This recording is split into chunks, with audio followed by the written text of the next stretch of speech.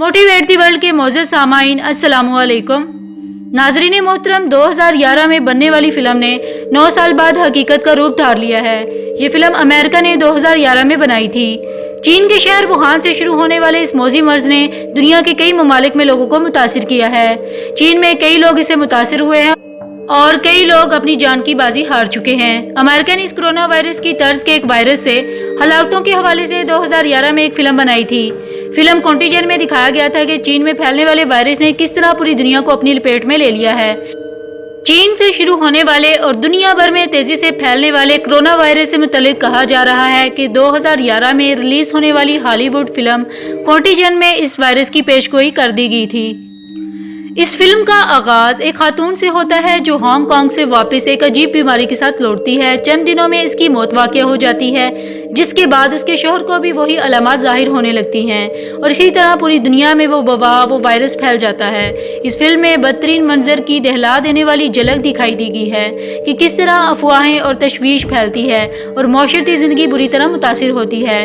करंटीने के साथ साथ लूट मार और खाली एयरपोर्ट्स के मंजर रीढ़ की हड्डी में सर्द लहर दौड़ा देते हैं। इस फिल्म की कास्ट भी एक ज़बरदस्त तरीके से की गई है। फिल्म में मुतासरीन के साथ वैक्सीन के लिए जी जान से कोशिश करते दिखाई दिए गए हैं और इसमें एक इंतबाह छुपा हुआ है कि किस तरह पॉलिसी फैसले गलत रुख इख्तियार कर सकते हैं या बिला सोचे समझे इक़दामात के हद तक तबाहकुन असरात का बायस बन सकते हैं।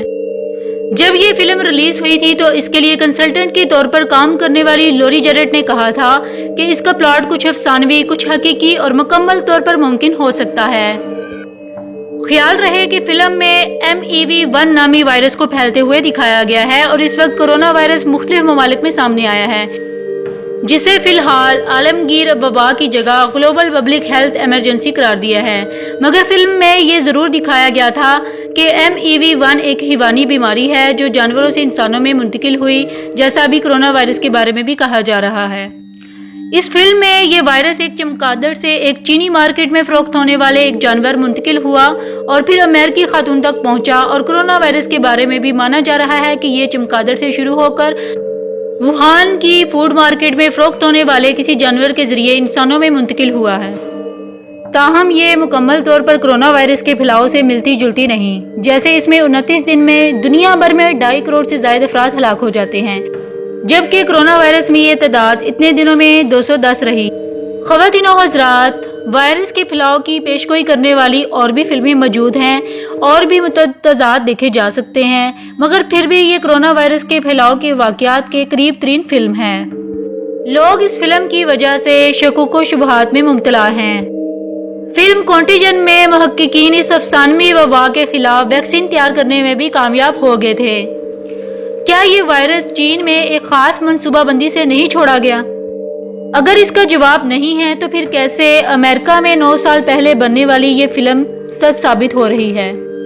कैसे एक अमेरिकी मुसन्निफ अपनी किताब एंड ऑफ डेज में इस बात का इंकशाफ करती है कि सन 2020 में एक मोहलिक वबा फैलेगी जो अचानक पूरी दुनिया को अपनी लपेट में ले लेगी।